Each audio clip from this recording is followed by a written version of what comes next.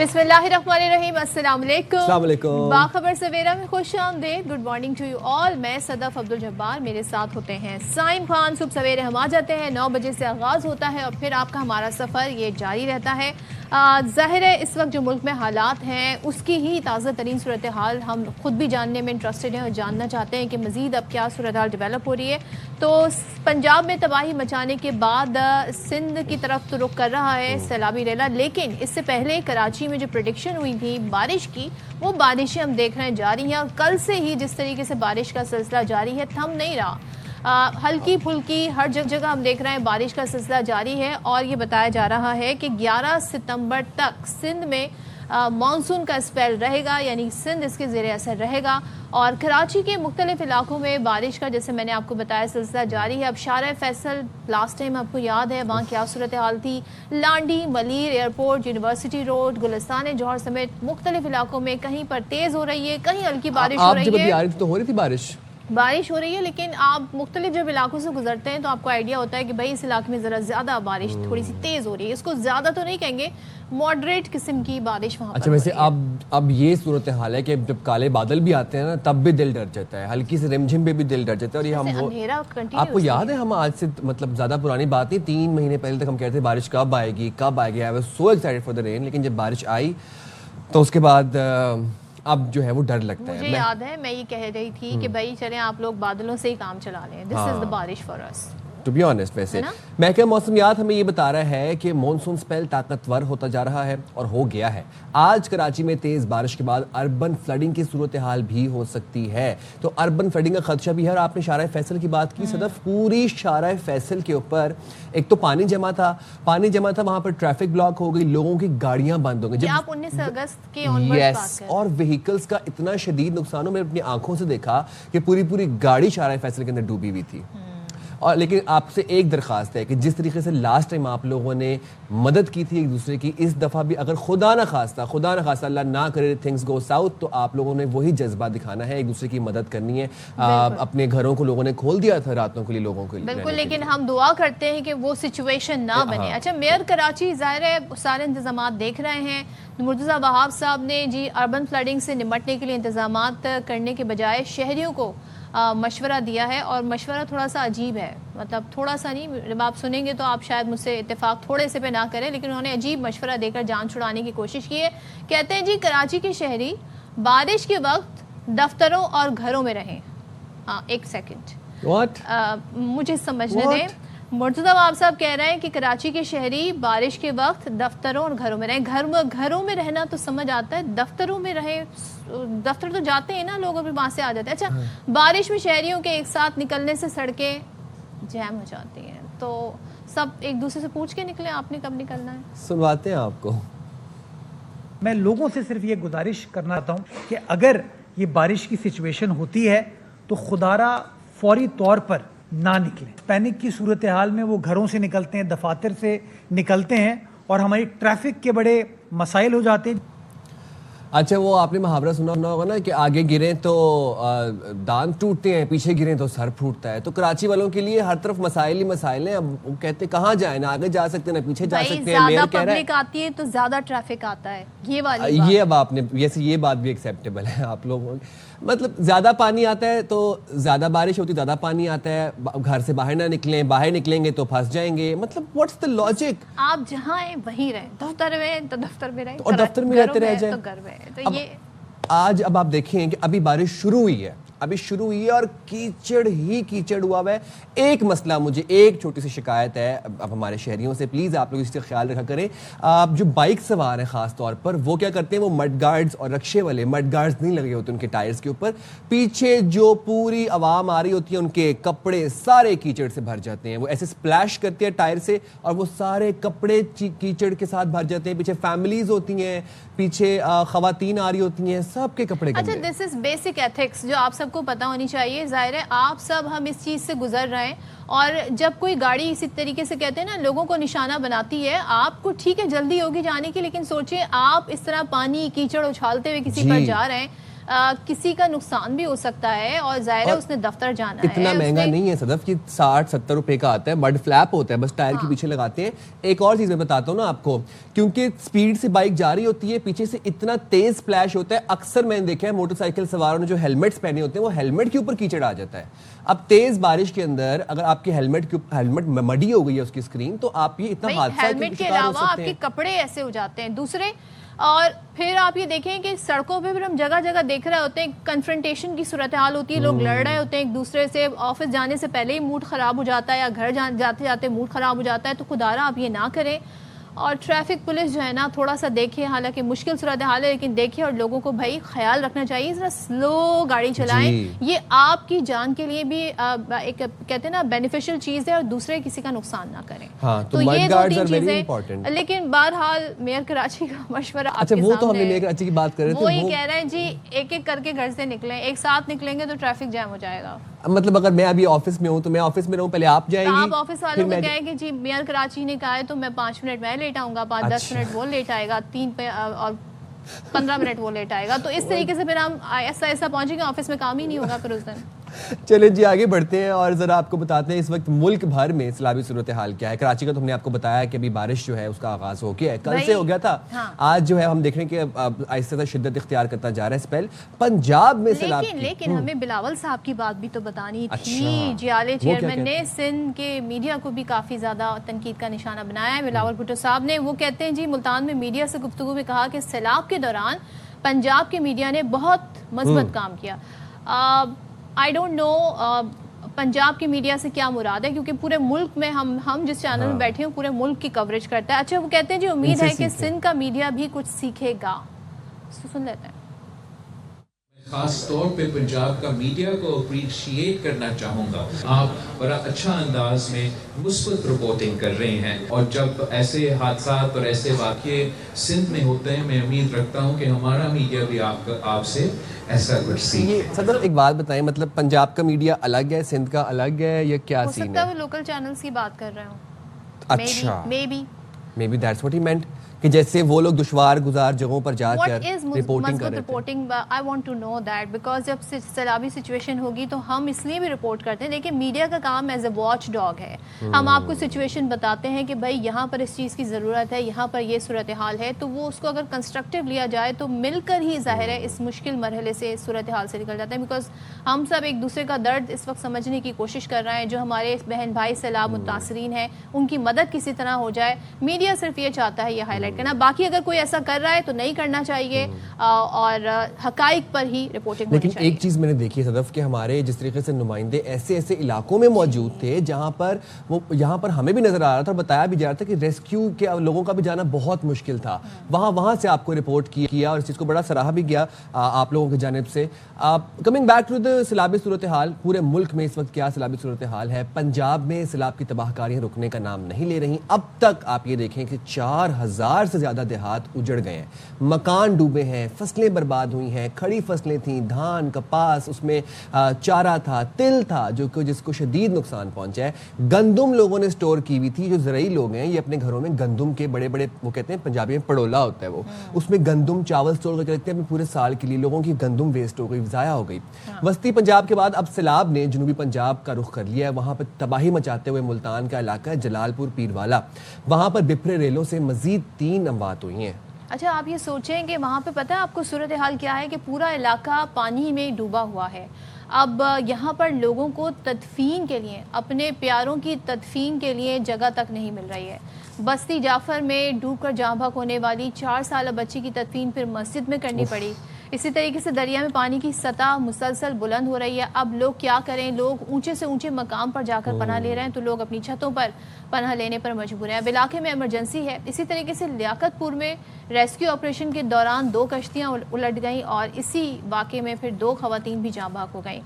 मजीद ज़ाहिर इलाका मकीन घर छोड़कर खुले आसमान इस वक्त सड़क पर मौजूद है। मतलब अगर आप जरा सिचुएशन अंडरस्टैंड करने की कोशिश करें कि जलालपुर में एक बच्ची जो कि पानी में डूब के फौत हुई, उसको दफनाने के लिए ज़मीन नहीं है। मतलब ज़मीन, क्योंकि सारी ज़मीन ज़ेरे आब है, तो वहाँ पर ज़मीन नहीं थी तदफीन करने के लिए। फिर मस्जिद में एक खुश्क इलाके, खुश्क जगह देख के वहाँ पर बच्ची की तदफीन की गई। इससे ज़्यादा डायर एंड डेस्परेट टाइम्स क्या हो सकते हैं हमारे मुल्क के लिए। एंड आई एम सॉरी, लेकिन इसमें हमारी कंट्रीब्यूशन भी है, इसमें ह्यूमन कंट्रीब्यूशन है, हमारी इंटरफेरेंस है। हमने जिस हद तक नेचर के साथ मैस कर दिया। अब हम आए दिन सदफ देख रहे होते हैं, कहीं पे हमें कोई क्लाउड नज़र आ रहा होता है, कहीं पर टोर्नेडो, कल आपने टोर्नेडो के मनाजिर देखे? हाँ जी, टोर्नेडो भी आ तांगियावाला गया था, में तांगियावाला मैं सुनती थी अमेरिका में ऐसा होता है, वेस्ट में कहीं मुझे सूरत हाल नजर आती है, बट पाकिस्तान में हम ये नई नई चीज़ें देख रहे हैं। उससे पहले जो रावलपिंडी इस्लामाबाद में जो क्लाउड एक बड़ा सा नजर आया था, उससे पहले जो ओले गिरे थे गर्मी के मौसम में, तो ये बड़े डिफरेंट फैक्टर्स हैं। अच्छा, हम बात कर रहे थे सैलाब से घिरे इलाकों की, तो लियाकतपुर का यहाँ पर जिक्र कर लेते हैं। लियाकतपुर में दर्जनों घर तबाह हो गए हैं, फसलें यहाँ की बर्बाद हो गई हैं, जिसके बायस जानवरों के लिए भी चारा कम पड़ गया है। अब सोचें, जिनकी गुजर बसर ज़रात पर हो, जिनकी मईशत ज़रात हो, जिनके जानवर उनके एसेट हो, और ज़ाहिर है फिर वो अपनी जान बचाने के लिए इस वक्त सबसे ज़्यादा कोशिश करते हमें नज़र आ रहे हैं। अच्छा, फसलों को नुकसान हुआ, मवेशियों के लिए अब क्या चारे का इंतज़ाम किया जा रहा है, जो बच गए उनके लिए क्या किया जा रहा है, मज़ीद बता रहे हैं हमें आसिम मुमताज़। तो आसिम, बताइएगा क्या सूरत हाल है? जी बिल्कुल, लियाकतपुर में ऊंचे दर्जे के सैलाब ने लियाकतपुर के 35 मवादात को अपने लपेट में लेकर रख दी है। कई बसों में सैलाबी पानी ने तबाही मचा के रख दी है। हज़ारों एकड़ पर खड़ी फसलें हैं वो भी तबाह हो गई है। इस वक्त मैं मौजूद हूँ मनचंद बांध पर, जहाँ पर इलाका मुकीनों के साथ जो इनका कहना है कि चारा ना मिलने की वजह से जानवरों के लिए मुश्किलात का सामना है। खेमे और देगर यहाँ पर सहूलियात फराहम नहीं की जा रही। मैं पूछ लेता हूँ इलाका मुकीनों से कि वो क्या कहते हैं, क्या मुश्किलात है? जी, हमारे इलाके में सैलाब आ गया है, जिसकी वजह से हमें सामान निकालने के लिए किश्ती वगैरह कोई सहूलत मुयसर नहीं है, और हमने मुश्किल बहुत कुछ सामान निकाला है, और उसे महफूज करने के लिए खैमा कैंप वगैरह मौजूद नहीं है, और हमारे जानवरों के लिए चारा और उनके अद्वियात कोई चीज़ मुयसर नहीं है हमें। जानवरों के लिए चारा भी नायाब हो चुके हैं, कोई किसी किस्म की कोई सहूलियात नहीं जा रही, रहने के लिए खैमा नहीं दिया जा रहा। खुले आसमान तले हम बेरोज़गार और मददगार हैं। उन्होंने हुकूमत से ये मुतालबा किया है कि जानवरों का चारा फराहम किया जाए और हमें सहूलियात फराहम की जाए। अच्छा, दरियाए सतलुज में तुग़यानी की सूरत हाल थी। अब उससे क्या हुआ कि बहावल नगर की अगर हम बात करें, बहावल नगर में आप देखें कि 140 से ज़्यादा मवाज़ियात को वो ज़ेरे आब आए, उनको शदीद नुकसान पहुंचा। हिफाजती बंद वहाँ पर बस्ती अल्लाह बख्श है, उसकी हिफाजत ना कर सका, वो टूट गया, पानी के बहाव में बह गया वो हिफाजती बंद। अब इलाका मकीन घर बार छोड़ कर सड़क किनारे बैठे हैं और बेसरो सामानी का आलम है और बेआसरा मुतासिर इस वक्त किस हाल में है, क्या उनको तकलीफ का सामना है, जानते हैं मोहम्मद अहमद चौधरी से। बिल्कुल, दरियाए सतलुज में 37 साल बाद आने वाले बदतरीन बड़े सैलाब का जो सिलसिला है जारी है।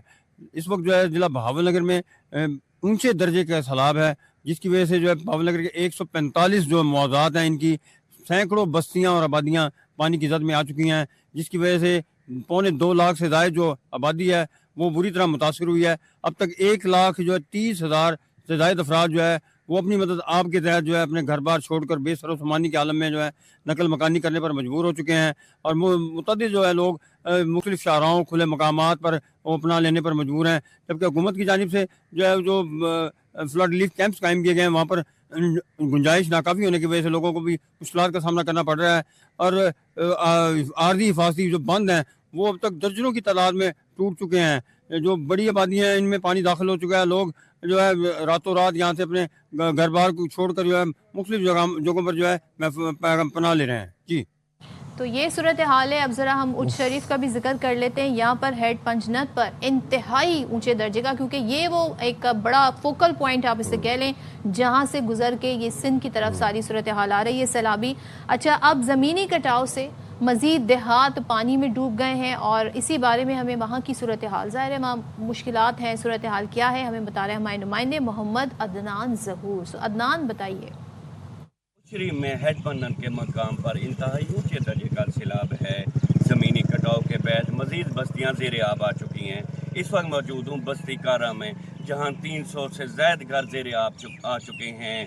दर्जनों घर दरिया बुर्द हो चुके हैं। मेरे साथ मौजूद हैं इलाका मकीन, जो सरकारी बंद पर अपने उन घरों को देख रहे हैं जहाँ वो कभी रहते थे। हुकूमत पाकिस्तान को इल्तिजा है कि 300 से ज़्यादा घर ज़ेरे आब आ चुके हैं, जो सामने नज़र आते हैं। तो छोटे छोटे बच्चे अपना घर माल मवेशी बुढ़ा कर बम के ऊपर रेशे पसीना है, उनके सिर छुपाने की जगह कोई नहीं है। तो इल्तिजा है पाक फौज को और वज़ीर आला पंजाब को कि तामन करें और बच्चों का सिर छुपा सकें और उनकी कोई रिहाइश का इंतज़ाम किया जाए। जी, इनका कहना था कि हमारी फसलें दरिया बुर्द हो चुकी हैं, हमारे वो घर जो कभी हमारा साया होते थे वो दरिया की नज़र हो चुके हैं, हम बेबसी के तस्वीर बने हुए हैं। हम हुकूमत से मुतालबा करते हैं हमें कैंप दिए जाएं, हमें राशन दिया जाए और हमें जानवरों के लिए चारा भी मुहैया किया जाए। अच्छा, अब आपको बताते हैं कि इस वक्त लाइव सिचुएशन क्या है। दरियाए चनाब में पानी की सतह बुलंद है, मुल्तान में हेड मोहम्मद वाला पर भी पानी की सतह में मुसलसल इजाफा होता जा रहा है। झंग में क्या सूरत हाल है, क्या रेस्क्यू एंड रिलीफ का ऑपरेशन कहाँ तक पहुँचा है, फ्लड रिलीफ कैंप्स में क्या इंतजाम किए गए। हमारे नुमाइंदे मुल्तान से मिर्ज़ा अहमद ने हमें ज्वाइन किया और झंग से कमर जमान हमारे से मौजूद है। पहले मुल्तान का रुख कर लेते हैं। बताइएगा मिर्ज़ा अहमद, किस मकाम पर मौजूद हैं, क्या देख रहे हैं पानी की सतह, और फ्लड रिलीफ कैंप्स में जो इंतजाम किए गए हैं क्या मुतासरीन उससे मुतमईन है?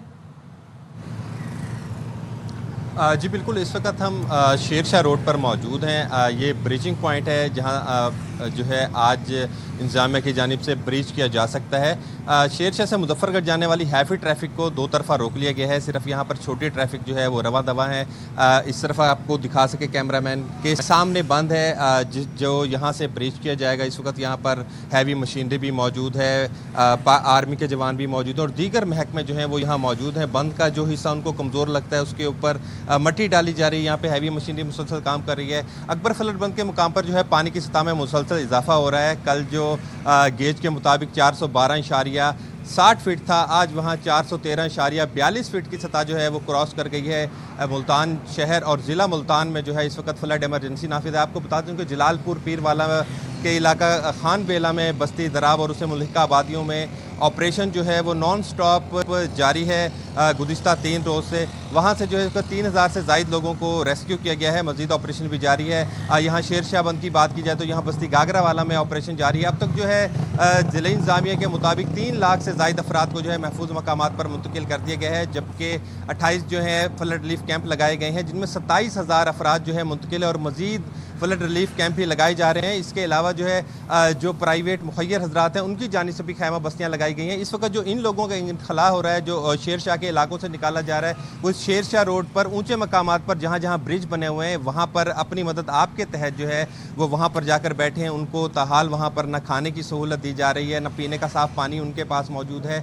खुले आसमान तले अपने जानवरों के साथ जो है वो यहाँ पर शब रोज़ अपने गुजार रहे हैं। जबकि जो फ्लड रिलीफ कैंप लगाए गए हैं उनमें 3 वक्त खाना दिया जा रहा है, लेकिन वहाँ लोगों को शिकायत है कि अक्सर कैंपों में 3 वक्त चावल ही दिए जाते हैं, जिससे वो बीमार हो रहे हैं और उनके पास कपड़े धोने के लिए और नहाने के लिए कोई सिस्टम नहीं है। वॉशरूम का सिस्टम तो दिया गया है, दूसरी जानिब जानवरों के लिए चारे और वंडे का भी मसला देखने में आ रहा है। जिस बंदे के पास 4 जानवर हैं उसको 1 जानवर का चारा और वंडा दिया जा रहा है। सैलाब और गुज़िश्ता 2 रोज़ से जो है मुल्तान शहर और गिरदोनवा में वक्फे वक्फे जो है तेज़ और हल्की बारिश का सिलसिला भी जारी था, जिसकी वजह से जो सैलाब जदगान है जो फ्लड रिलीफ कैंपों में है उनको भी मुश्किलात का सामना करना पड़ा, क्योंकि तरपाल से बना हुआ खैमा है, उसके अंदर किसी किस्म की कोई प्लास्टिक शीट नहीं है। बारिश होने की सूरत में पानी जो है अंदर आता है। इस वक्त जो है मुल्तान में फ्लड इमरजेंसी है, हाई अलर्ट है। शेरशाह रोड को हैवी ट्रैफिक के लिए बंद कर दिया गया है, जबकि हेड मोहम्मद वाला रोड जो है वो मुकम्मल तौर पर ट्रैफिक के लिए बंद है। इंतजामिया जो है निगरानी कर रही है और ब्रीचिंग पॉइंट्स पर तमाम तर तैयारी जो है वो मुकम्मल है।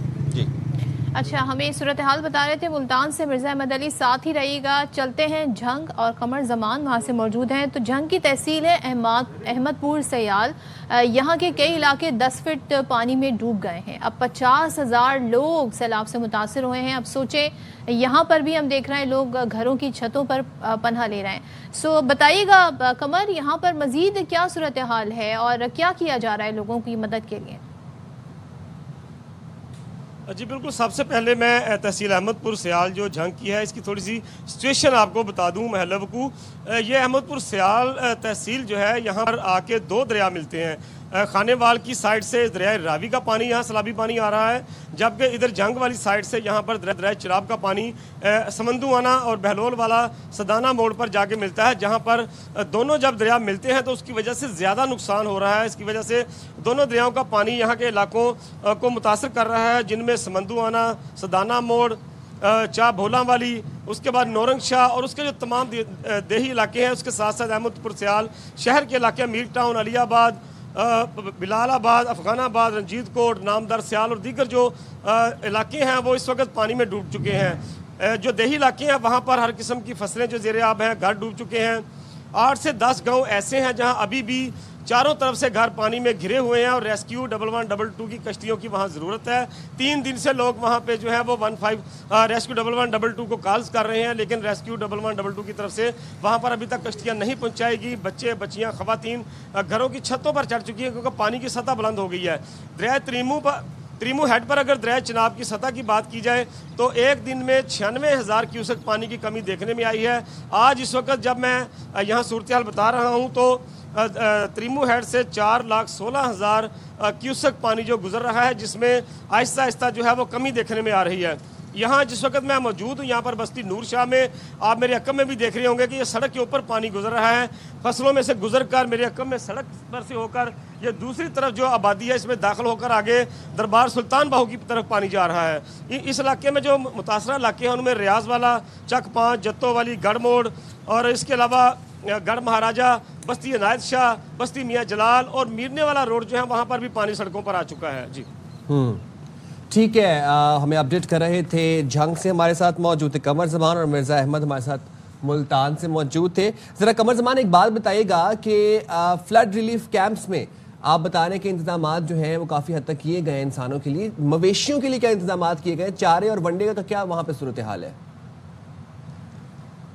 जी, ज़िला झंग में इस वक्त 24 फ्लड रिलीफ कैंप काम कर रहे हैं। मुख्तलिफ जो सरकारी स्कूल्स में कायम किए गए हैं वहाँ पर जो मुतासरीन को ठहराया गया है, जैसे मिर्ज़ा अहमद अली बता रहे थे कि वहाँ पर कपड़े के खैमे जो दिए गए हैं, बारिश की वजह से 2 रोज़ से बारिश हुई है झंग में, गुज़िश्ता रोज़ भी और उससे 1 रोज़ पहले भी शदीद बारिश हुई है, तो वो कपड़े के खैमे जो हैं वो उनमें से पानी टपकता है, जिसकी वजह से मुतासरीन जो है उनको मुश्किलात का सामना करना पड़ा।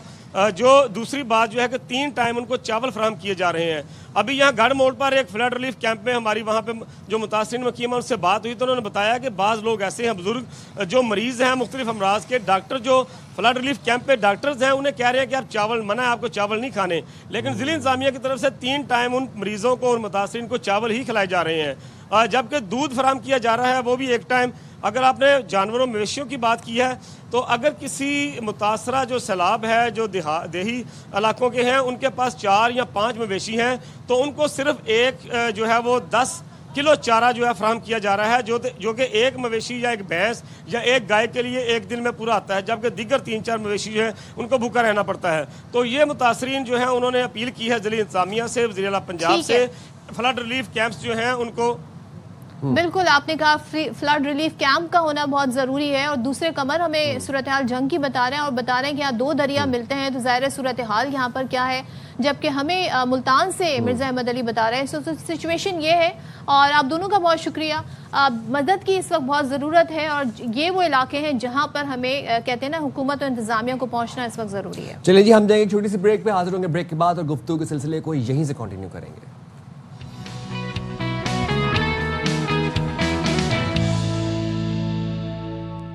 Welcome back once again. और ज़ाहिर है जब ऐसी सूरत हाल हो, सैलाब और कुदरती आफात जैसी सूरत हाल हो, तो फिर हुकूमतें भी हम देखते हैं बड़े इक़दाम उठाती हैं। तो हम ज़रा सिंध हुकूमत की बात कर लेते हैं। Chairman people's party Bilawal Bhutto Zardari ने पंजाब में ज़रा इमरजेंसी के नफाज के लिए और किसानों के बिजली के बिल माफ़ करने का मुतालबा कर दिया है और मुल्तान में सैलाब मुतासरा इलाकों का वो दौरा कर रहे थे। इस मौके पर उन्होंने मीडिया टॉक भी की और कहा कि आलमी इदारों से मदद मांगने में देर कर दी, हुकूमत फौरी अपना मुकदमा अक़वाम मुत्तहिदा लेकर जाए। तो क्या कह रहे थे बिलावल भुट्टो, ज़रा सुन लेते हैं।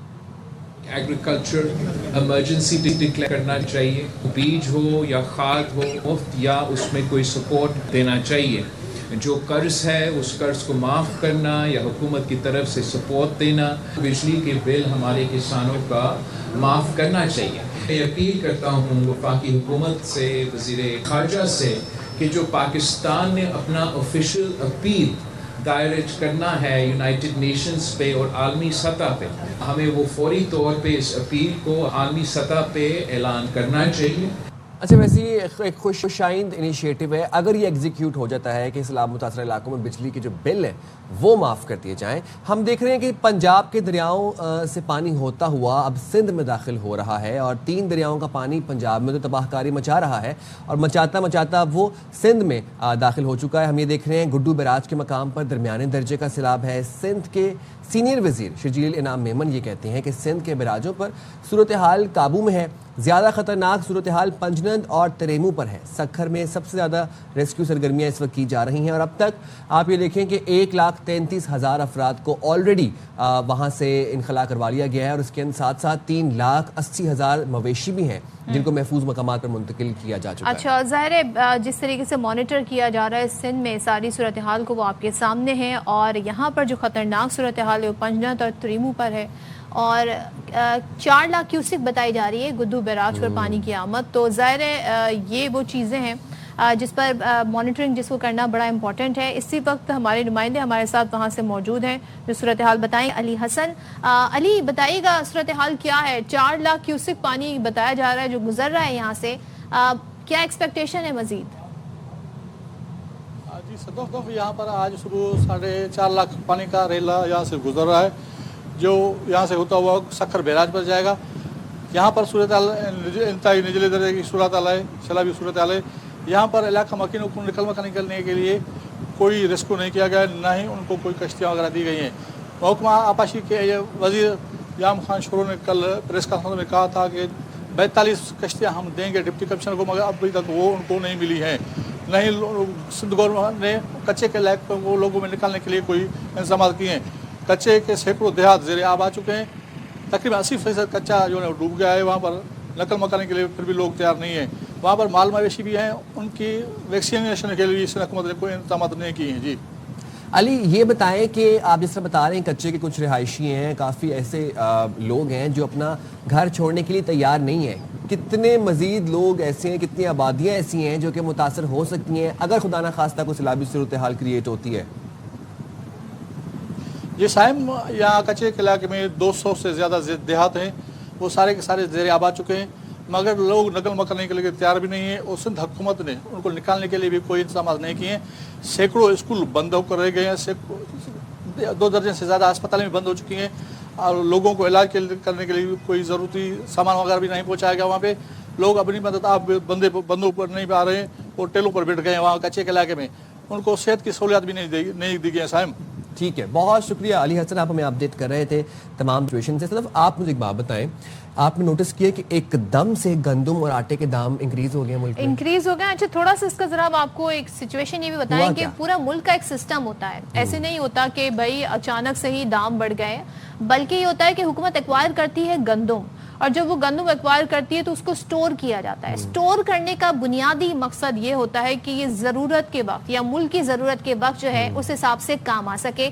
अब सिचुएशन क्या है, ज़ाहिर सूबे आपस में कोऑर्डिनेट भी करते हैं, लेकिन इस वक्त जहाँ जहाँ सैलाब है सूबे को फिर ज़ाहिर अपने आवाम को केटर करना होता है। इस वक्त पंजाब में जो सूरत हाल है, खाने पीने फसलें तबाह हो गई हैं, गंदम के गोदाम जो हैं वहाँ पर भी पानी चला गया है। तो अब वो देख रहे हैं कि हमारी ज़रूरत क्या है, बजाय इसके वो किसी और सूबे को गंदम जो है उनको दें। लेकिन सिंध में हम देख रहे थे कि गंदम और आटे के दाम में आपने जैसे कि जिक्र भी किया इजाफा हुआ है, अचानक ही आसमान से बातें कर रही हैं। अच्छा, पहले ही कहा गया जी कि हमारी ज़रूरत के हिसाब से है, गंदम मौजूद है तो हमें ज़रूरत नहीं है कि हम इसे दरामद करें।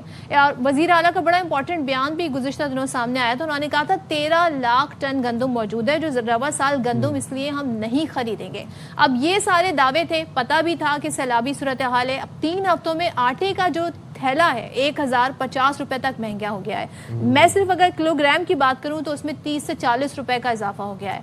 अब इदारा शुमारियात कहता है जी मुल्क में 3 हफ्तों में 20 किलो आटे के थैले की औसत कीमत 2500 तक पहुंच गई है। अच्छा, मसला मुझे ये समझ नहीं आ रहा कि आखिर कितनी हमारी जरूरत है और कितनी स्टोर की गई, क्योंकि हम अक्सर और बेशतर देखते हैं कि वो यूज ही नहीं होता। वो गंदम आटा बने वो यूज नौबत ही नहीं आती, कहीं पर उसे चूहे खा लेते हैं, कहीं वो गोदाम में सड़ जाती है। लेकिन यही वक्त है कि वो जो स्टोर की हुई गंदम है वो लोगों तक पहुंचाई जाए, उसका बेहतर इंतजाम होना बहुत जरूरी है। Very well said. एंड मैं एक्चुअली ये सोच रहा हूँ कि वो जो गंदम हमने इन्वेंट्री में रखी हुई है वो कहाँ पे है गंदम, और वो किस काम आएगी। और हम ये बहुत खबरें सुनते हैं, हम ही आपको देते हैं कि वो गंदम ज़ाया हो गई, वो गंदम जो है वो जानवरों के काम आ गई। ये पहेली सुलझाने के लिए, गुत्थी सुलझाने के लिए क्या माजरा है, हम हमारे साथ मौजूद हैं लाला असद पठान, उनसे ज़रा जानते हैं और जानने की कोशिश करेंगे कि मामला क्या है। लाला बताइएगा, वो जो गंदम हमने एक्वायर की हुई थी, हमारी इन्वेंट्रीज में मौजूद थी, जो किसी न किसी हंगामी आफत के टाइम पे हमारे काम आनी थी, वो गंदम कहाँ पर है? शुक्रिया साइम। वो गंदम जो है वो सिंध के मुख्तलिफ गोदामों में रिकॉर्ड्स में ज़रूर मौजूद है। 13 लाख मेट्रिक टन के करीब सिंध गवर्नमेंट की गंदम है, जो मुख्तलिफ जो फूड के डिपार्टमेंट्स बने हुए हैं उनके गोदाम्स हैं उसमें, और प्राइवेट गोदाम्स में भी रखी हुई है। और उसके अलावा कोई पास्को की जो फेडरल गवर्नमेंट का इदारा है उसका कोई 25 लाख मेट्रिक टन के करीब, उनकी भी रिकॉर्ड्स के मुताबिक, सरकारी रिकॉर्ड के मुताबिक वो भी सिंध में गंदम उनकी मौजूद है। और इसी तरह फिर टूवर्ड्स आप ऊपर पंजाब में चले जाएँ तो वहाँ पर भी इस तरह के कुछ वहाँ की गवर्नमेंट्स के फिगर्स हैं। मसला ये है कि इस गंदम को के साथ ये प्रॉब्लम क्या है। हाँ। आप इससे अंदाज़ा लगाएं कि गुज़िश्ता जो 22 से लेकर 24 तक का फ्लड के दौरान और उसके बाद की बरसातों के दौरान जो है वो सिंध गवर्नमेंट की अफसरशाही ने ये डिक्लेयर किया कि तकरीबन 5 लाख टन जो है वो गंदम ख़राब हो गई है, और वो गंदम जो है वो किसी काम की नहीं रही। अब लिहाजा इसको जो है वो मुख्तलिफ किस्म की सीमेंट की फैक्ट्रीज़ को और इनको बेचा जाए ताकि वो सीमेंट में इसको इस्तेमाल करें, जबकि वो इस तरह का कुछ भी नहीं था। उस गंदम को वहाँ से मुंतकिल किया गया, अफगानिस्तान बेचा गया अपनी मर्ज़ी और मंशा के मुताबिक, जिस पे बाद में नेब के केसेस बने। और आपको याद होना चाहिए कि तकरीबन कोई 15 अरब रुपए जो है वो नेब ने रिकवर करके इस करप्ट अफसरशाही से वो पैसे वापस किए। अफसोस से ये कहना पड़ता है कि बारहा हुकूमतें बनती हैं, मिनिस्टर फूड्स भी बनते हैं, आखिर क्यों इस अफसरशाही पे कंट्रोल नहीं किया जाता कि अवाम के पैसों की जो है ये करोड़ों और अरबों रुपए की गंदम जो है वो इस तरह लूटमार का शिकार बना दी जाती है। कितने अरसे की, कितने दिन की गंदम जो है वो रिजर्व रखी जाती है? सिंध के पास कितने अरसे की होती है गंदम? एक फसल से दूसरे फसल तक की तकरीबन सिंध की गवर्नमेंट की जो ज़रूरत है वो एक से दूसरे फसल तक की 13 लाख मेट्रिक टन की ज़रूरत होती है। और इसी तरह फेडरल गवर्नमेंट जो है वो 20 से 25 लाख मेट्रिक टन जो है वो सूबा सिंध में रखती है। तो मिला जुला के इनकी दोनों की अगर फिगर को आप आपस में मिलाएंगे तो कोई 40 लाख के करीब की ये ज़रूरत है। और गुज़िश्ता साल जो 2024 का साल था हमारा, उसमें हमारी गंदम जो है वो बहुत ज़्यादा उसकी सूरत हाल ख़राब रही। उसकी वजह ये थी कि पानी की कमी थी और उसके अलावा कैनाल्स की लाइनिंग हो रही थी। उस वजह से एकदम पानी सिंध के जो शुरुआती वाले इलाके यानी जैसे मलीर से लेकर ठट्ठा और फिर मीरपुर खार डिवीज़न, हैदराबाद डिवीज़न, फिर आगे नवाबशाह डिवीज़न, उसको टाइम पर पानी नहीं मिला। तो उसकी वजह से जो हदफ था गंदम का तकरीबन 80 लाख मेट्रिक टन वो मुकम्मल नहीं हो सका और कोई 40-42 के करीब तो लाला गंदम उतरी। इतनी डेस्परेट सिचुएशन है, इतनी डायर हालात में हम इस वक्त जा रहे हैं, इतनी सैलाब ने इतनी तबाही मचाई। आप देखें 30 से 40 रुपए बढ़ चुके हैं गंदम के ऊपर। अब नहीं ये गंदम काम आनी तो कब आनी है? निकालें गंदम को गोदामों से और दें फ्लोर मिल्स को। देखिए अभी वो तो गंदम ख़राब कर दी है ना, अब गंदम ख़राब कर दी है, फिर आधी अफगानिस्तान बेचनी है, आधी यहाँ पर अपनी मर्जी से बेचनी है। पब्लिक को छोड़ा हुआ है ओपन मार्केट के रहमो करम पर, और अफसरशाही का राज है। अफसरशाही को कोई कहने वाला नहीं है, कोई नथील डालने वाला नहीं है, कोई उनसे पूछने वाला नहीं है। आप देखें ना कि जब नेब ने इतने केसेस बनाए, आप नेब का पूरा रिकॉर्ड इसका रिकॉर्ड तो पूछा जाता होगा आप सदर नेब का पूरा रिकॉर्ड निकाल कर देखें। कोई इस 12-15 साल के अंदर जितने मुकदमात नेब की जानिब से महकमा फूड के अफसरान के खिलाफ दाखिल हुए, इतने किसी के खिलाफ दाखिल नहीं हुए। उसके बावजूद न किसी को कोई सजा हुई है, सब प्री बार्गेनिंग करके बाहर आ जाते हैं। इसको मसनूई बहरान कह रहे हैं, फिर इसको पंजाब हुकूमत को जिम्मेदार करार दे रहे हैं। आप मुझे बताएं, यहाँ तो आप मुझे बता रहे हैं कि यहाँ तो केसेस हैं, यहाँ तो अफगानिस्तान इसे भेजा जा रहा है, तो ये देखना किसकी जिम्मेदारी है फिर सूरत हाल को? हुकूमत वक्त की?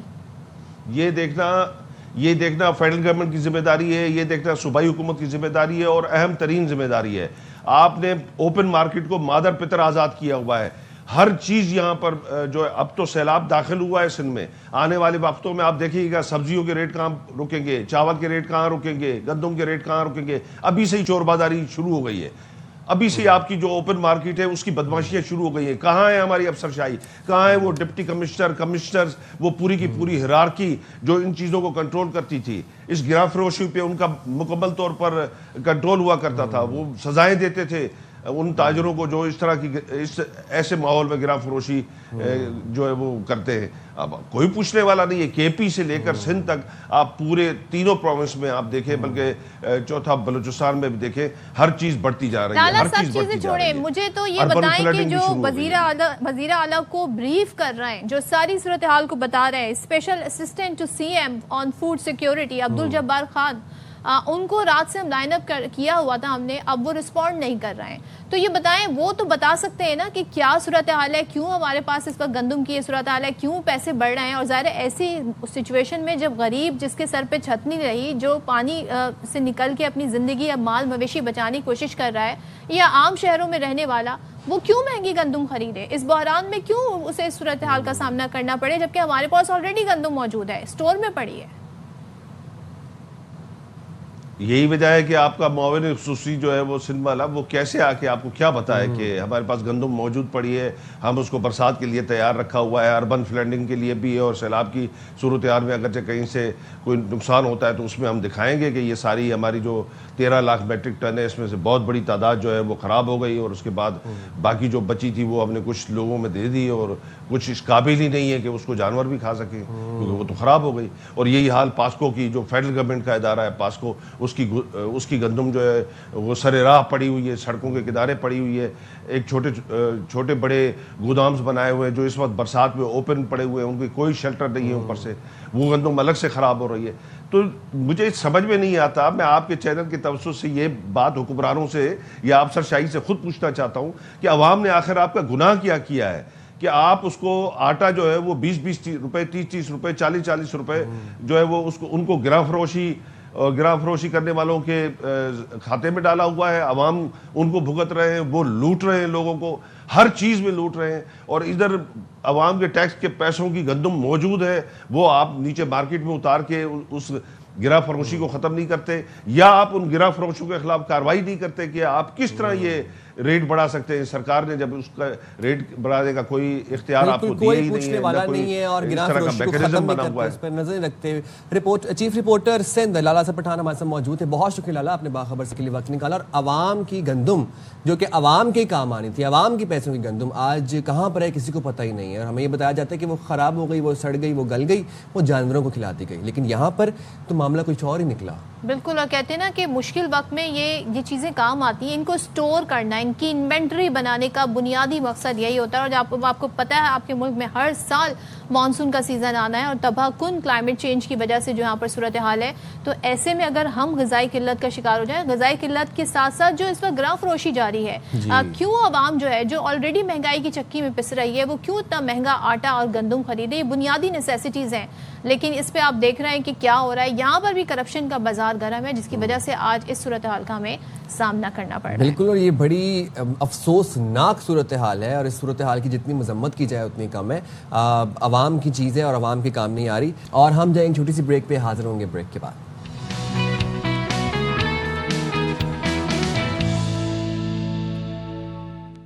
Welcome back. और जनाब हम बात कर रहे थे पंजाब की तारीख के बदतरीन सैलाब की, जो कि पिछले 38, 40, 45 सालों में किसी ने नहीं देखा था। अब वो सैलाब आया और उसने इंतहाई तबाही मचाई, लेकिन इस तमाम सिचुएशन में हमने एक ऐसी भी सिचुएशन देखी, कुछ अनसंग हीरोज हमने ऐसे भी देखे जो अपनी जान की परवाह ना करते हुए रेस्क्यू एंड रिलीफ ऑपरेशन के अंदर सरगर्म थे और खुद साख्ता, मतलब आप ये देखें कि खुद ही वो इस तमाम ऑपरेशन का हिस्सा बने हुए थे, खुद ही जा रहे थे, लोगों को रेस्क्यू कर रहे थे, राशन दे रहे थे। ये मतलब वहाँ के किसी इदारे में भर्ती नहीं है, बल्कि ये कहते हैं ना वहाँ के लोकल्स हैं जो अपनी मदद आपके तहत लोगों की मदद कर रहे हैं। तो जलालपुर भटिया में महकमा सेहत के एहलकार भी हैं ये, और पैदल, मोटरसाइकिल और कश्तियों के जरिए गांव-गांव जाकर ये दवाइयाँ तकसीम कर रहे हैं, और कहते हैं कि उनके सामने सिर्फ एक ही मिशन है, और वो है कि लोगों की जान बचाना। और ज़ाहिर है ये वो लोग हैं, कहते हैं ना, जो जज्बा इंसानियत के तहत आगे बढ़ के लोगों की मदद करें। अच्छा, कुछ ऐसे इलाके हैं जो ज़ाहिर हम चाहते हैं कि वो उनका मेंशन भी कर दें, हो सकता है उस बारे में वहाँ पर सूरत हाल पता चले तो इंतज़ामिया टीमें पहुँचे। तो सरगोदा की तहसील है कोट मोमिन, यहाँ दर्जनों देहात ज़ेरे आब आ गए। अब यहाँ सिचुएशन क्या है, क्योंकि यहाँ लोग घरों में महसूर हैं, इमदाद के मुंतज़िर हैं, हमें बता रहे हैं अब्दुल हन्नान चौधरी। सरगोदा की तहसील कोट मोमिन के दर्जनों देहात अब भी सैलाबी पानी में घिरे हैं। जिंदगी मफलूज हो चुकी है और लोग कठिन हालात में इमदाद के मुंतज़िर हैं।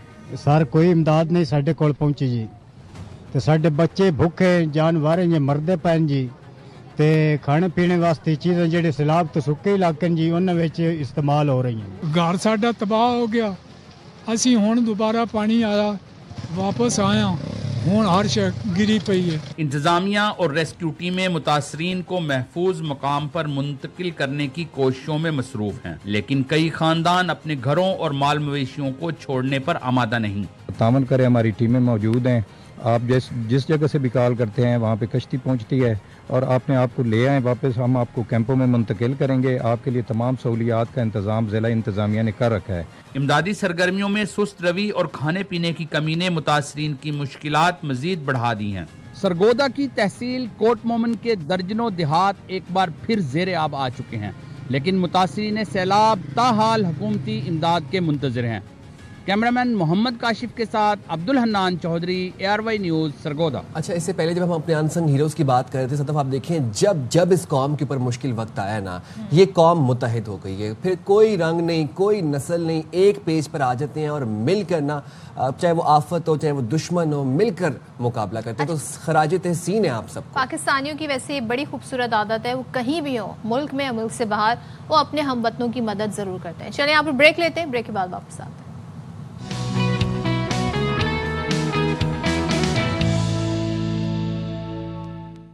अस्सलाम वालेकुम, बाखबर सवेरा में एक दफ़ा फिर से आपको खुशामदीद कहते हैं। साइम खान और सदफ अब्दुल जब्बार आपकी खिदमत में एक दफ़ा फिर से हाजिर हैं। जिन व्यूअर्स ने हमें अभी ट्यून इन किया है इस घंटे में, उनको भी बहुत बहुत खुशामदीद and very warm welcome to Bakhabar सवेरा।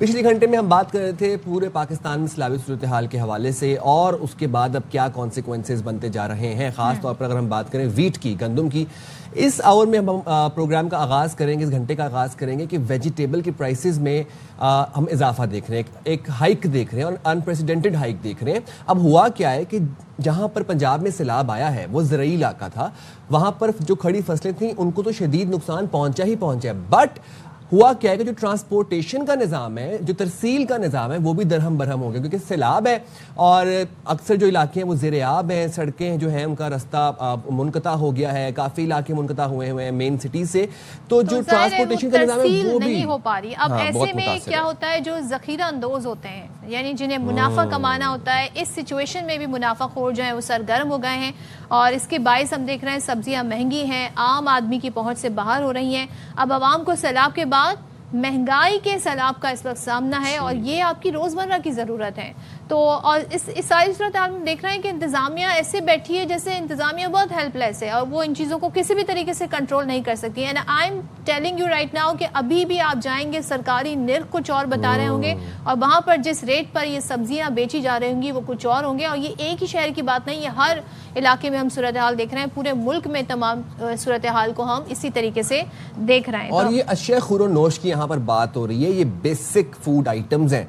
हम यहाँ पर कोई शेल्फ आइटम्स की बात नहीं कर रही, ये वो चीज़ें हैं जो हर घर में जिनकी ज़रूरत है, चाहे वो मुतासरीन है, सैलाबज़दा इलाका है, चाहे वो कोई ऐसा इलाका जहाँ पर सैलाब ने इतनी तबाही नहीं मचाई। लेकिन अब टमाटर, आलू, बैंगन, सब्जियां, ये एग्जैक्टली पेरिशेबल आइटम्स हैं। बारिश में तो जल्दी खराब भी हो सकती है जी, तो इनकी कीमतें अगर बढ़ जाएंगी, एक तो वैसे सैलाब से मुतासर है हमारा मुल्क, दूसरी बात ये है कि बशिया खुरनोश की कीमतों में एक हाइक देख रहे हैं हम, एक अनप्रेसिडेंटेड इजाफा देख रहे हैं। तो अवाम जाए तो जाए कहाँ? गंदम जो हमारे पास इन्वेंट्री में थी, स्टॉक में थी, जो हमने स्टोर की हुई थी, उसका कोई जवाब देने के लिए तैयार ही नहीं है कि वो गंदम कहाँ पर गई, अब जबकि उसकी ज़रूरत है। अवाम की गंदम थी, वो अवाम के पैसों से ली गई थी और अब अवाम को वो मुयसर नहीं है। Coming back to the vegetables, हमारे नुमाइंदे इस वक्त हमारे साथ मौजूद है मुख्तलिफ शहरों से, तो उनकी रुख कर तरफ लेते हैं। रुख कर बिल्कुल लेते हैं। लाहौर से हमें अलमास खान ने, कराची से इशरत हमारे साथ मौजूद हैं और नवाब शेर पेशावर से हमारे साथ मौजूद हैं। तो सबसे पहले ज़रा लाहौर से ही सूरत हाल जान लेते हैं, क्योंकि ज़ाहिर है पंजाब एक तबाहकुन सैलाबी सूरत हाल का सामना कर रहा है। अलमास, पहले तो हमें बताइएगा कि क्यों हम देख रहे हैं कि ऐसे हालात में जब अपने हमवतनों की मदद करने की ज़रूरत है, ये जो मुनाफाखोर हैं ये और जो ख़ास तौर पे जो स्टोर करके चीज़ें रखते हैं और ऐसे मौक़ों पर महंगी बेचते हैं, तो क्या डिफरेंस आ रहा है सरकारी निर्ख और जो इस वक्त दुकानदार बेच रहे हैं सब्जियां? बिल्कुल सदफ, आपने बड़ी अच्छी बात की।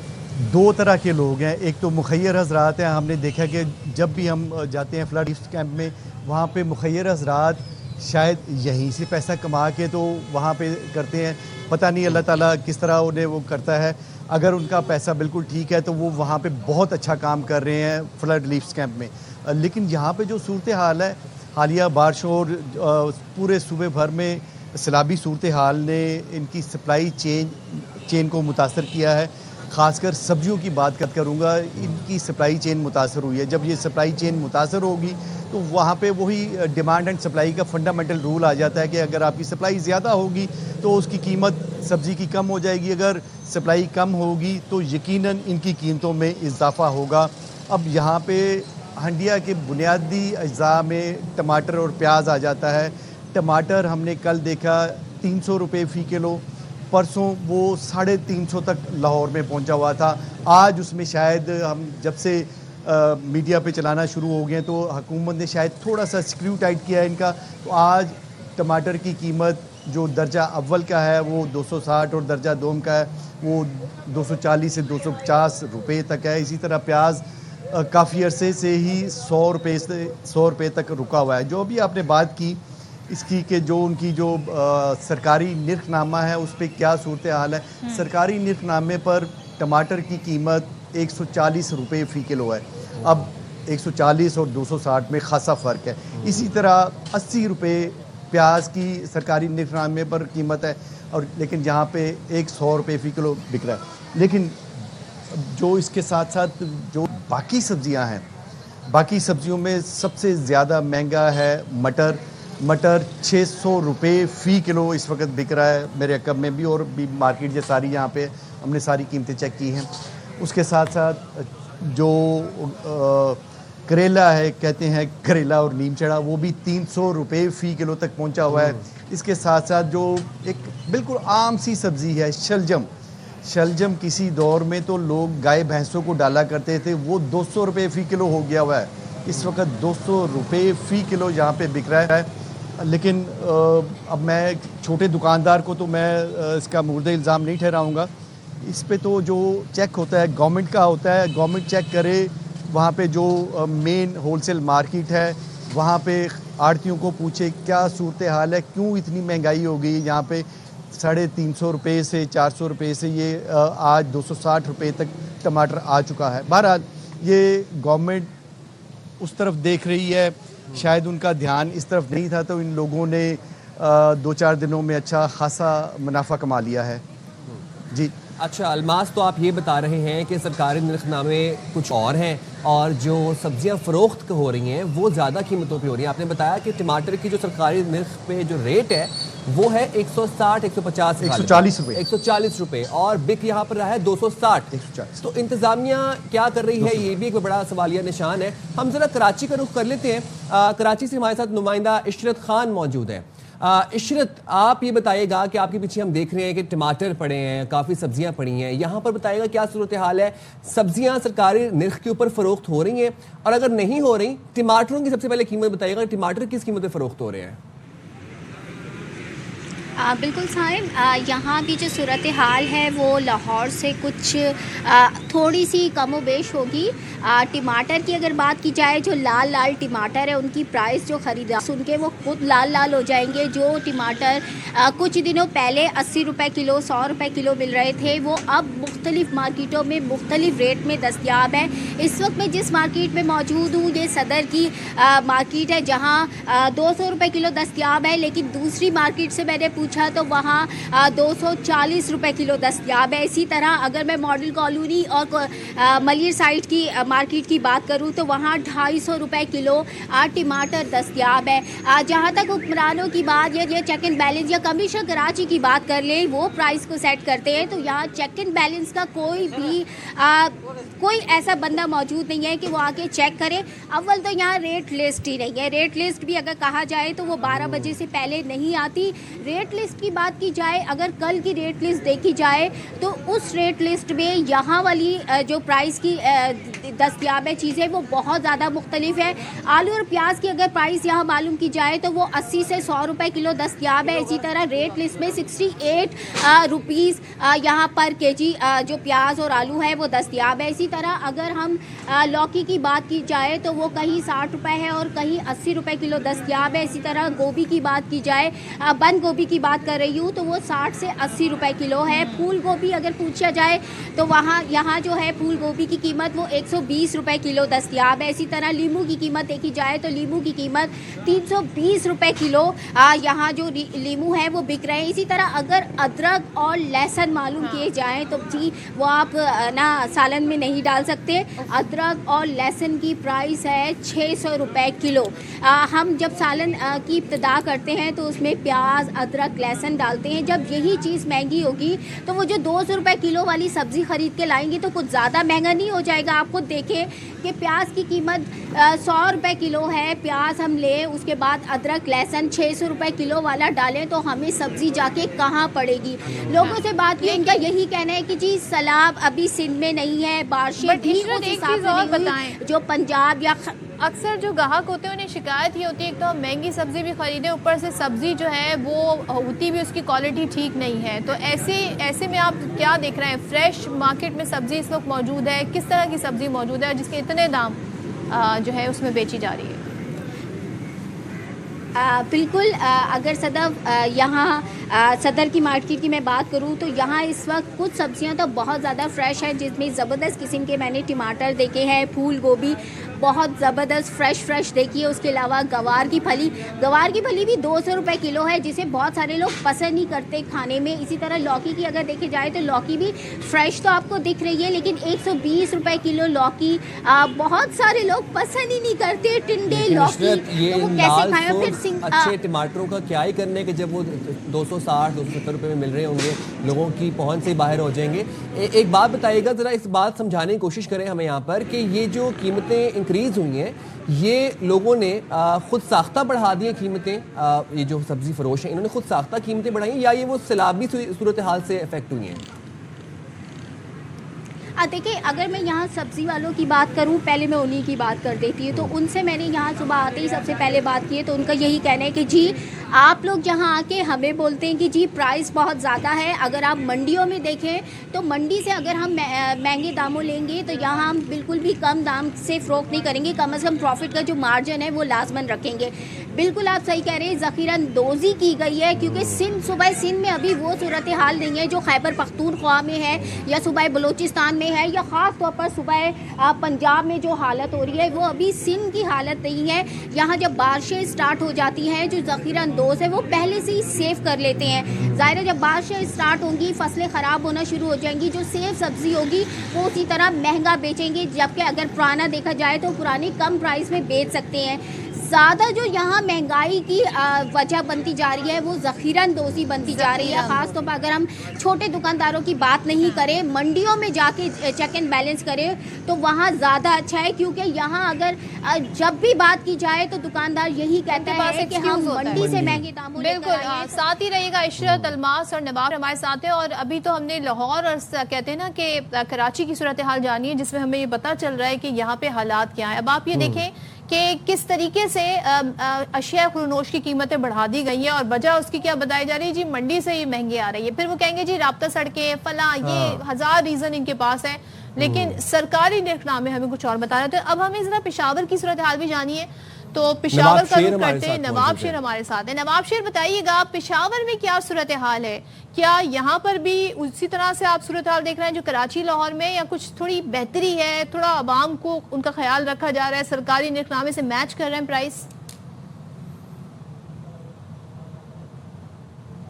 कराची और लाहौर की तरह की सूरत हाल है और यहाँ भी जो सब्जियों की कीमतें हैं उनको पर लग चुके हैं और सब्ज़ी की कीमतें आसमान से बातें कर रही है। सैलाब से पहले सब्जियों की कीमतें काफ़ी कम थी, लेकिन अब हम देख रहे हैं कि रोज़ बरोज़ सब्जियों की कीमतों में इजाफा हो रहा है। सैलाब से पहले टमाटर की फ़ी किलोग्राम कीमत जो थी वो 50-60 रुपये थी, लेकिन अब उसकी कीमत जो है वो 220 और 230 रुपये फ़ी किलोग्राम तक पहुंच चुकी है। इसी तरह अगर दीगर सब्जियों की बात की जाए तो उनकी कीमतों में भी खासी इजाफा हुआ है। जो फूल गोभी है वो 230 रुपये फ़ी किलोग्राम तक पहुंच चुका है। इसी तरह शिमला मिर्च भी 220 रुपये फ़ी किलोग्राम है। करेला, भिंडी, तोरी इनकी कीमत 150 रुपये फ़ी किलोग्राम है। प्याज जो है वो भी 100 रुपये फ़ी किलोग्राम तक पहुंच चुका है।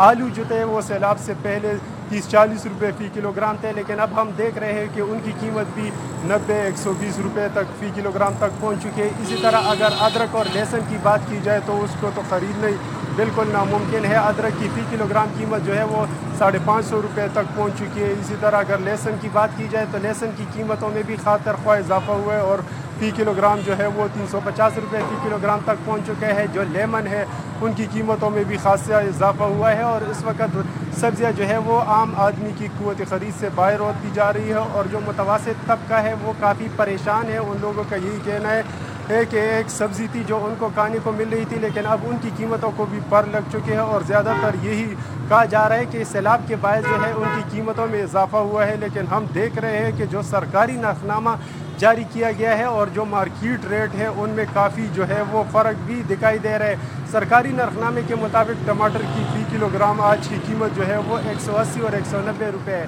लेकिन हम अब देख रहे हैं कि यहाँ मंडी में जो है उनकी कीमत 220 और 230 रुपये फ़ी किलोग्राम है। इसी तरह जो दीगर सब्जियाँ हैं उन सरकारी नरखनामे में और यहाँ के नरखनामे में काफ़ी फ़र्क दिखाई दे रहा है। हर सब्ज़ी में जो है वो 20-30 रुपये फ़ी किलोग्राम का जो है वो हमें फ़र्क नज़र आ रहा है, लेकिन ना ही ज़िला इंतज़ामिया इस सिलसिले में कुछ कर रही और ना ही दीगर मुतल्लिका इदारे इस सिलसिले में कुछ कर रही है। वो सिर्फ आप ये बता रहे हैं कि जो पेशावर में सिचुएशन इस वक्त ये है कि सैलाब के बायस कीमतों में इजाफा हुआ है, लेकिन उसके बावजूद सरकारी नरखनामे के ऊपर सब्जियां फरोख्त नहीं हो रही, 20-30 रुपये इजाफा है। फिर भी ये बताएगा इंतज़ामिया कहाँ पे है, स्क्रूटनी कौन कर रहा है इनकी?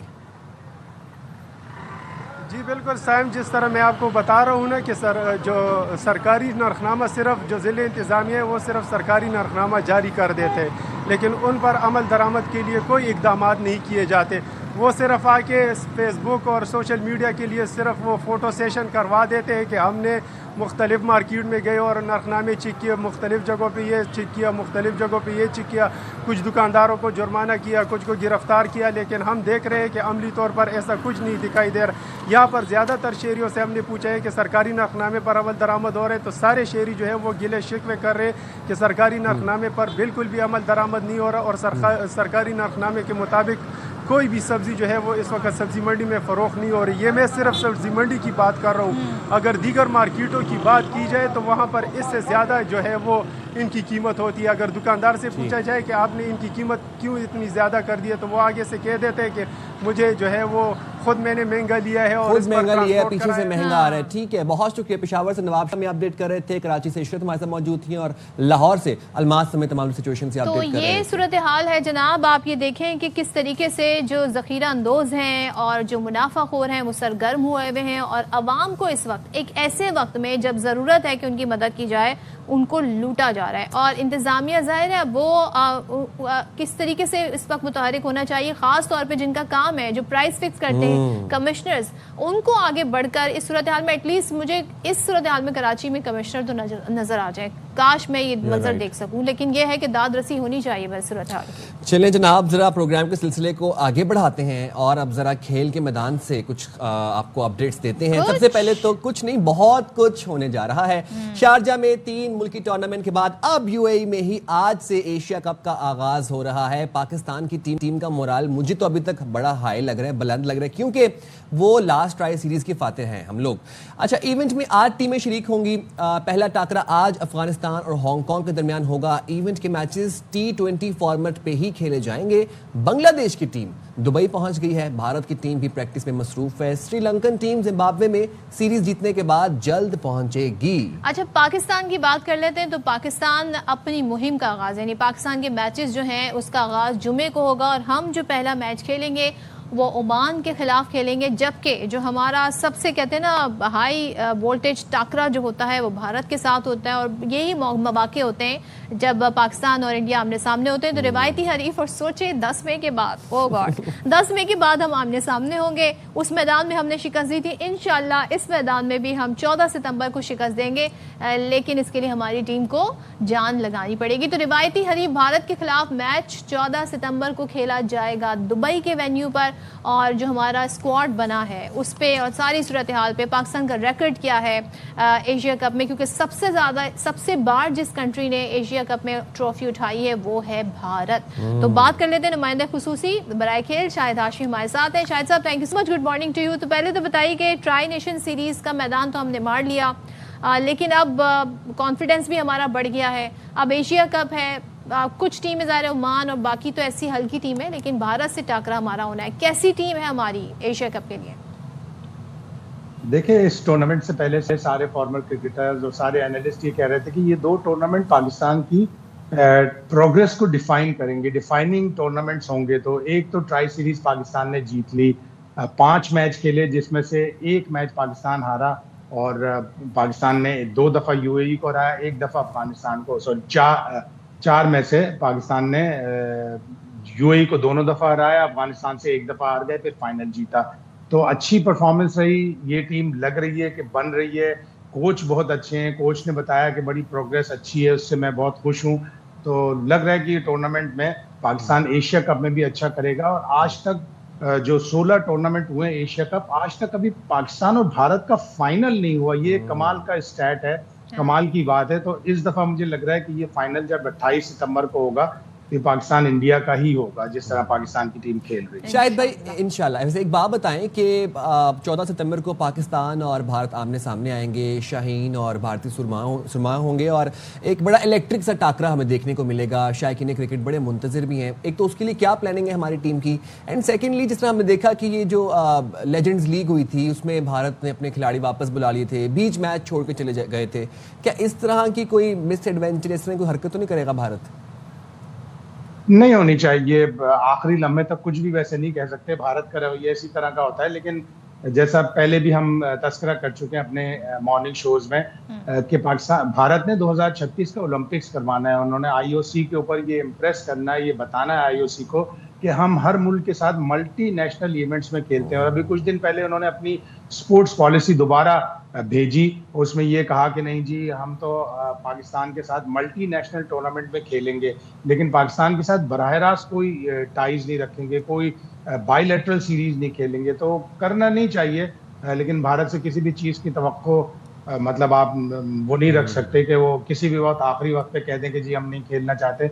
एशिया कप में ऐसा होगा नहीं, इसलिए कि उन्हीं का ब्रॉडकास्टर है, उन्हीं का सारा इसमें पैसा लगा हुआ है। तो 14 सितंबर को गेम है ना शायद साहब, वरना तो आपको पता है कितनी अकड़ हमें दिखाते हैं और कहते हैं जी हम नहीं खेलेंगे। याद है जो पिछला जो टूर्नामेंट था उसमें क्या इन्होंने किया था, मैं तो हैरान थी कि मान कैसे गए पाकिस्तान के साथ मैच के। लेकिन एक चीज़ मुझे बताएं, ज़ाहिर है शारजा, दुबई, अबू धाबी ये वेन्यू हैं। शारजा में तो हमने देखा कि स्पिनर्स ने मैदान मार लिया, लेकिन जो दुबई और अबू धाबी की पिचेस हैं वो किस तरह की होंगी, इस पे आप क्या कहिएगा? ये काफ़ी मुख्तलिफ होंगी। ऑल्दो के कल भारत के जो बॉलिंग कोच है उन्होंने कहा कि यूएई में इतनी क्रिकेट नहीं हुई चैंपियंस ट्रॉफी के बाद, तो पिचेस ज़रा थोड़ी सी फ्रेश भी होंगी। यूएई के खिलाफ जो उनका मैच है भारत का, उसके लिए कह रहे हैं कि दुबई में बड़ी अच्छी ग्रासी विकेट है और इंडिया फिर इसीलिए फास्ट बॉलर्स को खिलाने के लिए कोशिश कर रहा है। तो मुख्तलिफ होंगी। शारजा एशिया कप के वेन्यूज़ में नहीं है, 2 ही वेन्यूज़ हैं, दुबई और अबू धाबी, और यहाँ पे काफ़ी फ्रेश पिचेस होंगी। इतनी स्पिन नहीं होगी जितनी कि शारजा में हो रही थी, लेकिन यू नेवर नो, इसलिए कि श्रीलंका के पास भी स्पिनर्स हैं, अफगानिस्तान के पास भी हैं, भारत के पास भी हैं और हमारे पास नवाज हैं। शाहिद भाई, एक बात बताएं, पाकिस्तानी जो ओपनर्स हैं हमारी टीम के, हम देख रहे हैं कि वो ज़रा कुछ खुलकर जमकर खेलते नज़र नहीं आ रहे। साइम अयूब की बात करें तो वो भी खुलकर इनिंग खेलते नज़र नहीं आ रहे। फरहान भी जल्दबाजी में नज़र आते हैं। क्या फ़खर जमान आपको लगता है कि उनसे ओपनिंग करवानी चाहिए? नहीं, अभी पाकिस्तान ऐसी कोई तब्दीली नहीं करेगा। हाँ, एक चीज़ तब्दील अगर हो सकती है तो वो ये कि पाकिस्तान मोहम्मद हारिस को जो 6ठे नंबर पे, 7वें नंबर पे, 5वें नंबर पे बहुत नीचे बैटिंग कर रहे हैं, वो हमेशा से इस फॉर्मेट में ओपन करते आए हैं। शायद मोहम्मद हारिस को ट्राई करें कि उनसे रन नीचे आके नहीं हो रहे तो उनको ट्राई करें और साहबजादा फरहान को नीचे लेके जाएं, या फिर साहबजादा फरहान की जगह खुशदिल शाह को एक वो बॉलिंग ऑप्शन भी देते हैं, उनको खिला लें। तो फ़खर तो 3 नंबर पर ही खेलेंगे और फ़खर का फॉर्म में आना पाकिस्तान के लिए बहुत अच्छा है। उन्होंने फाइनल में भी बड़ी अच्छी बैटिंग की, 77 की एक नॉक उन्होंने इस ट्राई सीरीज में खेली। तो पाकिस्तान के लिए बड़े इंपॉर्टेंट प्लेयर हैं फ़खर, उनको आगे पीछे करना मुझे नहीं लगता कि करेंगे, लेकिन ओपनर्स में हाँ अलबत्ता एक ओपनर को तब्दील ज़रूर किया जा सकता है। अच्छा, और शाहिद साहब जहां आपने हारिस की बात की तो उन्होंने, हमने देखा ट्राई नेशन सीरीज़ में वो परफॉर्मेंस नहीं रही। वो वैसे भी 3 नंबर के बैटर हैं लेकिन मिडिल ऑर्डर में बैटिंग करने आ रहे थे। क्या एशिया कप में अगर उनकी बैटिंग नंबर जैसे कि आप कह रहे हैं तब्दीली हो सकती है, ओपनिंग में लाना हमारे लिए फ़ायदेमंद होगा या एक बड़ा बैड एक्सपीरियंस साबित हो सकता है? हो सकता है, हम एक्सपीरियंस तो करते हैं, जाहिर है उसका रिजल्ट फिर बैड और गुड उसको बताता है कि एक्सपीरियंस गुड था या बैड था। हमने वनडे इंटरनेशनल में चैंपियंस ट्रॉफी में बाबर आजम से ओपन करवाई, ओपनर नहीं लिया, सेकंड ओपनर नहीं लिया, जिसका हमें बड़ा नुकसान हुआ। लेकिन हारिस चूंकि ऊपर के नंबरों पर खेलता है इसलिए मुझे यकीन है कि वो ज़रूर परफॉर्म करेगा। और उसने अफगानिस्तान के खिलाफ फाइनल में ज़बरदस्त कीपिंग की थी, जिस तरह उसने नवाज के साथ क्लोज विकेट पे लगकर कैचेस पकड़े, स्टंप जो उसने इब्राहिम जदरान को किया आउटस्टैंडिंग स्टंप था।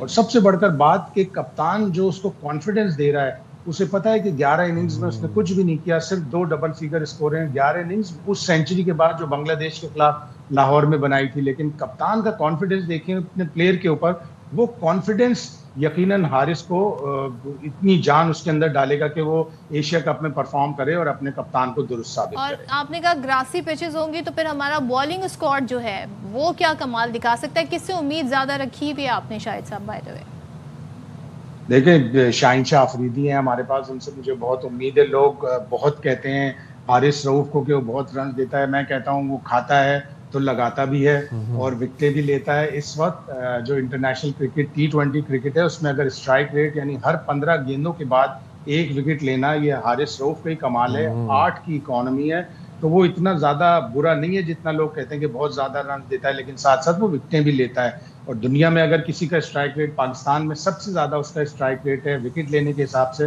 तो यकीनन वो प्रोडक्टिव होगा पाकिस्तान। अच्छा शाहिद भाई, एक वैसे छोटी सी लास्टली बात बताइएगा, पाकिस्तान अभी ट्राई नेशन जीता है, हमारी टीम का मोराल बड़ा हाई है, बुलंद है, बाकी टीम्स भी दबाव महसूस कर ही रही होंगी ऑब्वियसली कि रिसेंट मैच एक पाकिस्तान जीत के आया है।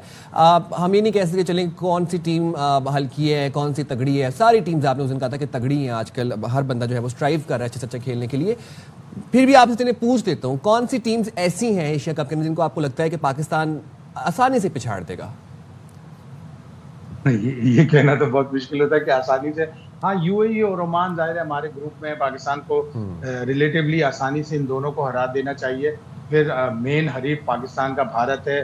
14 सितंबर को जब मैच होगा, भारत बड़े फॉर्म में नजर आ रही है। जो T20 वर्ल्ड कप जीतने के बाद से उन्होंने 20 मैच खेले, 17 जीते हैं और सिर्फ 3 हारे हैं, तो बड़ी ज़बरदस्त फॉर्म में। उनके पास बड़े अच्छे हार्ड हिटर हैं, लेकिन सामने पाकिस्तान है। जब पाकिस्तान भारत से खेलता है वो स्प्रिट ही अलग होती है।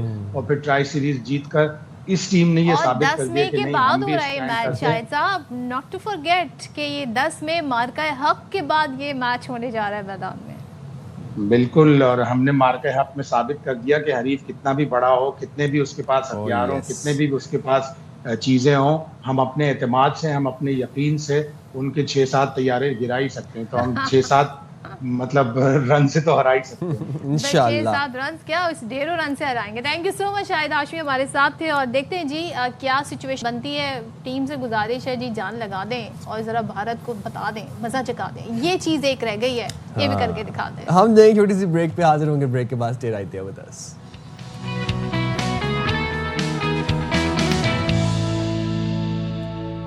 Welcome back. और जनाब अब ज़रा आपको एक बात बताते हैं, मुल्क के 3 सूबे हैं, 3 सूबों के अंदर बॉर्डर मुल्क में पर चार सूबे हैं, 3 सूबों के बॉर्डर पर वाकई कच्चे का इलाका अरसा दराज से पेचीदा मसला बना हुआ है। अब वहाँ पर आपको पता है कि डाकुओं का राज है कच्चे के इलाके के अंदर, उसका हल अभी तक नहीं निकाला जा सका। उन इलाकों में वक्फे से ऑपरेशंस भी होते हैं, लेकिन डाकुओं का मुकम्मल खात्मा नहीं किया जाता। हम देखते हैं, बताया जाता है कि जदीद असला है उनके पास, वही असला है कि जब आप बात कर रहे हैं तो उनके पास रॉकेट लॉन्चर है, मार्टर गोले हैं, एंटी एयरक्राफ्ट गन्स भी उनके पास मौजूद हैं। और भाई पुलिस के पास क्या है?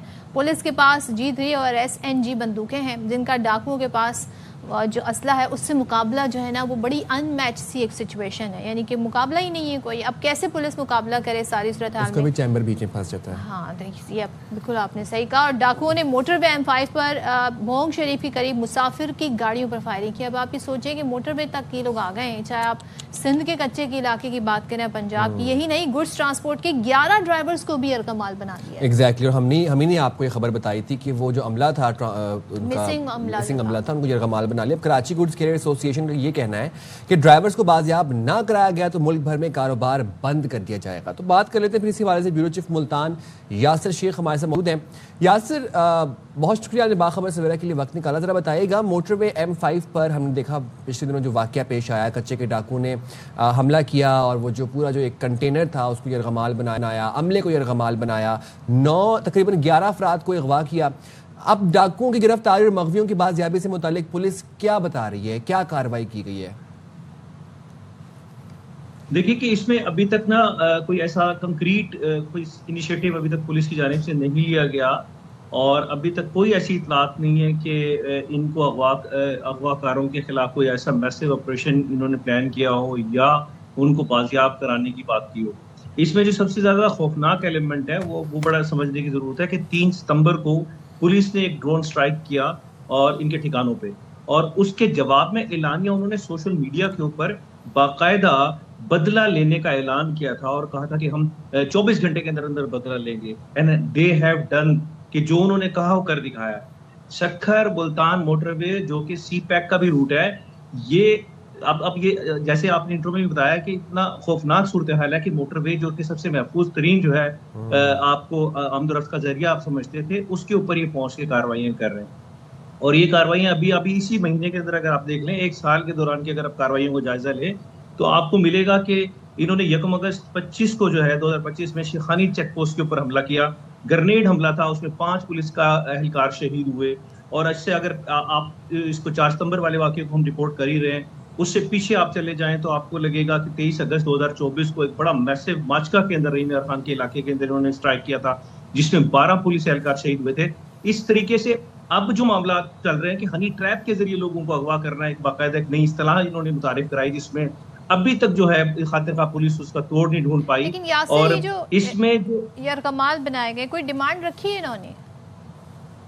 जी, इन्होंने डिमांड रखी है कि इनका एक सरगुना है जो है उसकी इस गिरोह ने उसकी बाजियाबी के लिए डेडलाइन दी है कि अगर उसको रिहा ना किया गया, रहीम खान पुलिस की कस्टडी के अंदर जो है इस वक्त एक मुकदमे में ज़ेर समाअत ट्रायल में है, अगर उसके लिए उन्होंने कहा है कि अगर उसको ना छोड़ा गया तो फिर इनको 1 by 1 करके शूट किया जाएगा। तो जी, यहाँ पर हमारे प्रोग्राम का वक्त होता है खत्म। मुलाकात होगी आपसे कल 9:03 पे। अपना बहुत ज़्यादा ख्याल रखिएगा। तब तक के लिए अल्लाह हाफिज़। पाकिस्तान जिंदाबाद।